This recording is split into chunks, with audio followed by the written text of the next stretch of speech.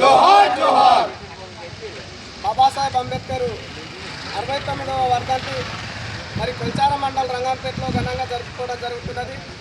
మరి బాబాసాహెబ్ అంబేద్కర్ మరి చదువులో ఈ ప్రపంచంలోకెల్లా రెండవ మేధావి, మరి దేశంలోనే ప్రథమ మేధావి, ఈ భారతదేశానికి దిశ చూపించినటువంటి గొప్ప నాయకుడు. మరి అంబేద్కర్ ఆశయాలను ఇంకా మనం పాటిస్తూ ముందుకు నడవవలసిన అవసరం ఎంతైనా ఉన్నది.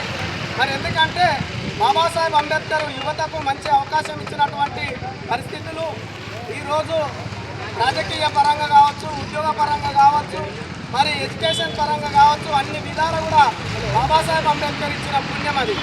ఈరోజు బాబాసాహెబ్ అంబేద్కర్ ఇచ్చిన రిజర్వేషన్ల పట్ల మనం ప్రతి ఒక్కరము ఈరోజు అంటరానితనాన్ని రూపుమార్చాలని కానీ మరి ఆ అంటరానితనంలోనే ఉండి మరి ఈ దేశంలో అంటరానితనాన్ని మొత్తము నిర్మూలించాలని చెప్పేసి, మొత్తం తుడిచివేయాలని చెప్పేసి బాబాసాహెబ్ అంబేద్కర్ ఎన్నో పోరాటాలు చేసి మరి లండన్లో అక్కడ ప్రతి దేశంలో మరి తను చదువుకున్నటువంటి చదువుతోనే ఈ దేశానికి రాజ్యాంగం ఇచ్చినటువంటి గొప్ప నాయకుడు.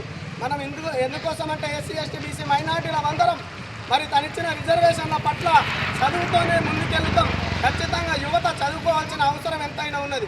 తన ఆశయాలను మనం కొనసాగిస్తూ ముందుకు నడవాలని ఈ అవకాశం ఇచ్చిన రంగంపేట యువతకు అందరికీ కూడా పేరు పేరు వరుసన ధన్యవాదాలు తెలియజేస్తున్నాను. జై భీమ్, జై భీమ్, జై జై భీమ్, జై భీమ్.